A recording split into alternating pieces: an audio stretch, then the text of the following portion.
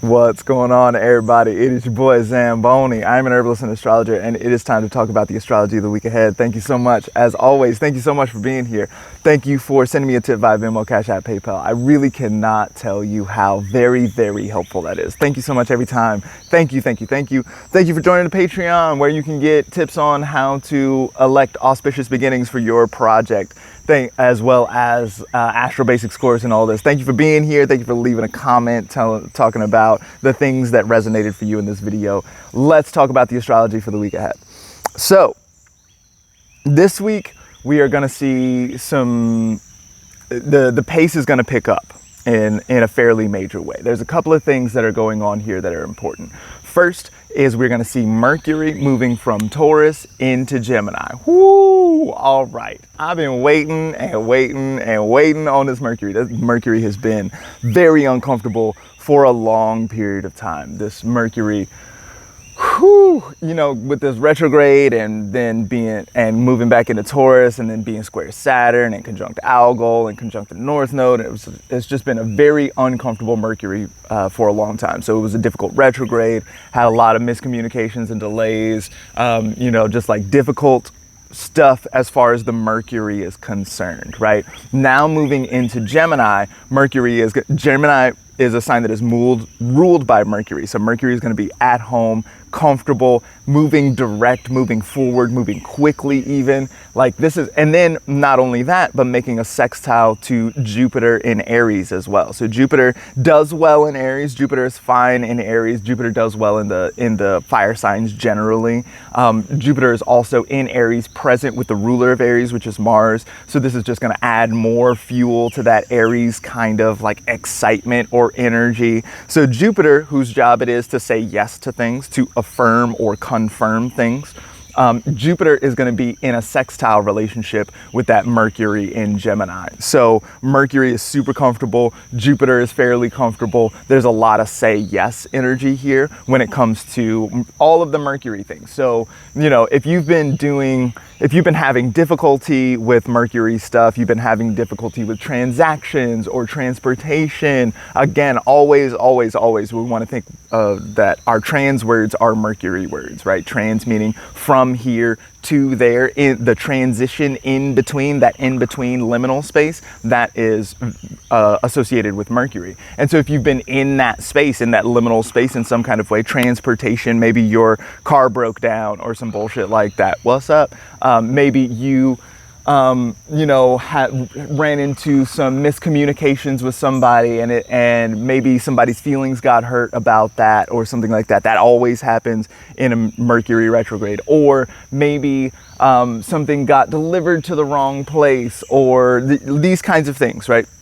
All this sort of stuff looks like we're going to get back on track with this Mercury in Gemini. This looks like a really strong, powerful Mercury in Gemini, able to do all of the Mercury things with a certain kind of ease. Now, Gemini, this is a really good placement for storytelling or for narrative construction or something like this. I think that this is a really powerful moment as far as if we're going to get into the realm of sort of reframing our own lives, which I think is one of the more sort of potent and delicious qualities of storytelling, is this idea of being able to situate oneself in a narrative that then places agency or authorship into you. It places the onus on you to create your reality, right? So I really love this idea about storytelling and things. Now, of course, whenever we're thinking about storytelling, then we can think about things like tall tales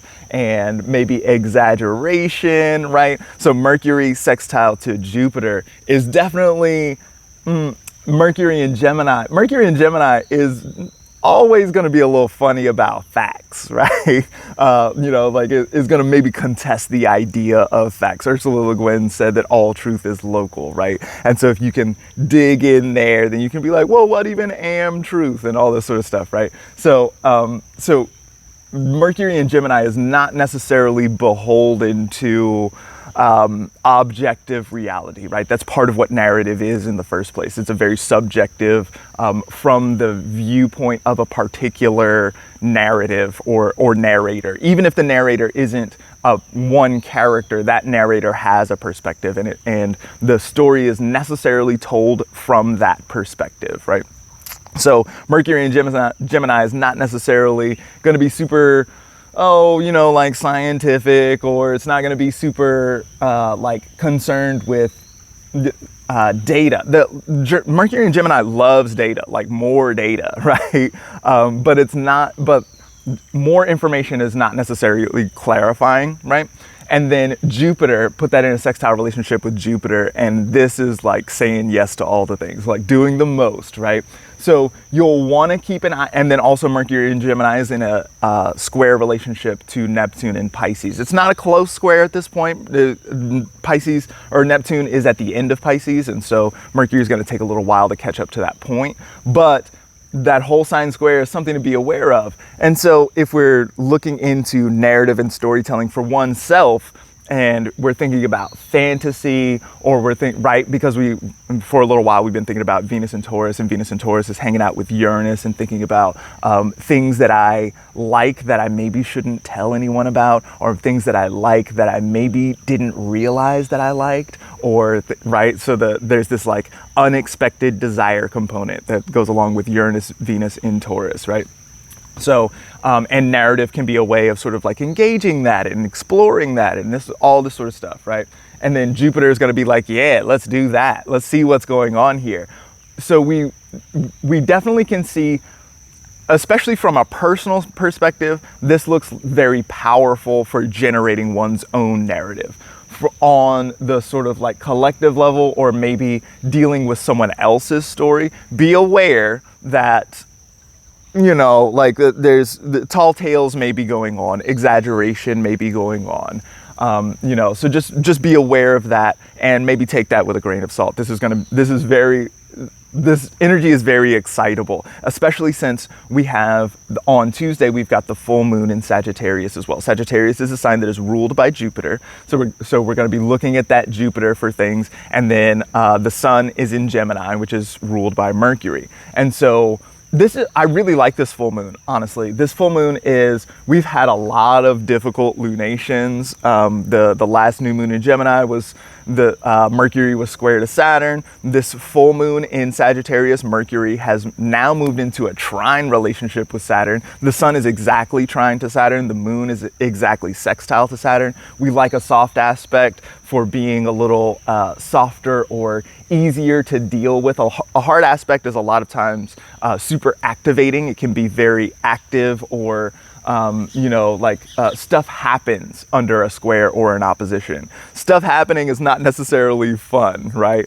Squares and oppositions are very like powerful in that way. The new moon in Gemini was under a square. The ruler of the new moon in Gemini was Mercury in Taurus, who was square to Saturn in Aquarius. Now moving forward on this full moon, we've got the full moon in Sagittarius making a sextile to Saturn instead. And the sun is going to be making a trine to Saturn. So it's not a square or an opposition, it's a sextile or a trine. Sextiles and trines, these are easier going. These tend to feel better. They tend to feel friendly or supportive in some kind of way, especially with the full moon being big and full and excited. This definitely looks like it wants to do the most. It looks very exciting. It looks like a time to, especially with Sagittarius, there's something Sagittarius loves, the belief component, or if you can get into there's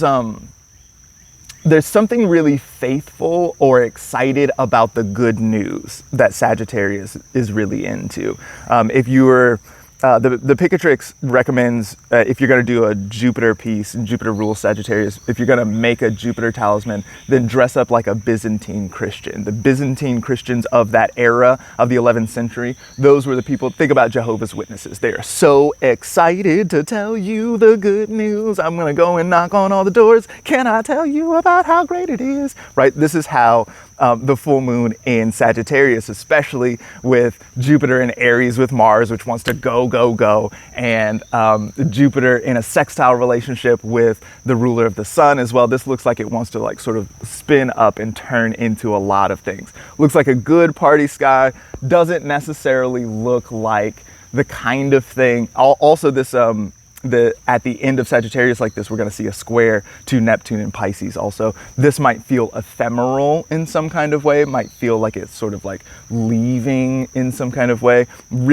Feels nice in the moment, can get some belief started. Maybe not something to try to like build a super strong foundation on, except the kind of foundation wherein you're looking at exchange of information or exchange of ideas or exchange of money or any of this kind of thing. If you're looking for this kind of like flow situation, not something stable, but flow in and out, the kind of exchange looks real good for that. Looks real good for that.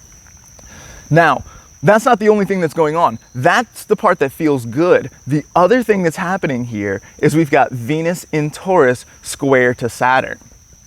This is building up all week. So we've got Venus in Taurus currently conjunct Uranus. That's happening like today. And so this Venus-Uranus conjunction was building up all last week. Unexpected desires, things of this nature. Then also Venus is on the North Node and moving toward conjunction with, moving toward conjunction with the North Node, and then moving toward a square with Saturn. Venus square Saturn looks rough on the Venus, especially since Saturn is in the overcoming position. Saturn is upon the 10th. This is to say that if you put Venus in Taurus on the rising, then Venus would be on the midheaven at that time. So that is to say that Saturn is overcoming because Saturn is in the stronger position, being up in the top of the sky at the moment that Venus is on the rising. So Saturn being in the overcoming position, this looks really good for Saturn. Venus in Taurus is delicious in all of the ways, right? And Saturn doesn't really do delicious. That's not what Saturn does. But if you bring delicious to Saturn and Saturn is in a position at home in domicile in the overcoming position Saturn is in position to do good Saturn things with this Venus, then we're going to be looking at organizing things in some kind of way, or making something enduring, bringing some kind of structural legacy component here. I'm thinking about infrastructure, I'm thinking about roads, bringing delicious foods to the area or something like this, right? There's something, as far as the Saturn is concerned, this looks really nice. As far as the Venus is concerned, Venus is going to have a hard time with this. Venus is very unstable with the nodes. Venus doesn't necessarily like having a super negating Saturn. Saturn loves the finger wagging stuff. So having that is difficult for Venus and Taurus, who wants to be like, oh, it feels so delicious, and then have a bunch of like finger wagging up in your face. It's like real annoying on that Venus. We can also notice that Venus is opposite to Mars in many ways, sort of conceptually, not by transit, but just conceptually. Mars rules Aries, which is opposite to Libra, which is ruled by Venus. Venus rules Taurus, which is opposite to Scorpio, which is ruled by Mars. The Mars is looking super strong right now. It's in a sextile to Saturn. It's got that Jupiter behind it. Mars is super strong, able to do the Mars things really Marsily. Also, if you're looking at combat or wartime or something like this looks like that wants to ramp up this week. The Venus stuff tends to be a little more peaceable, tends to be a little more harmonious, hugs and things of this nature. Venus stuff is getting outgunned in a big way right now. Mars is super strong. Venus is having to deal with many obstacles. And so this looks like a good week for the offensive. This looks like a good week for like, all right, I'm going, I'm moving, I'm pushing my thing. I want my will to be done in the world. That's really what we're going to see being empowered and strong this week. So if you have been Mercury retrograde, planning, readjusting, reassessing, then this is a really good time to take those plans, take those ideas that you've gotten in your head, unexpected desires. Maybe you've got a new lighthouse in the distance. Oh, this is actually what I'm going to try to get toward. So now it's time to start making moves. Boots in the ground. Time to start taking steps toward that. Go, go, go. thank you as always so much. Thank you so much for being here. Thank you for listening. Thank you for being with me. Thank you for rocking with me this whole time for years and years now. Some of y'all been with me. I really appreciate you. Thank you so much. Thank you for being a part of the weekly newsletter. You probably not even listen to me say thank you like this. Bye.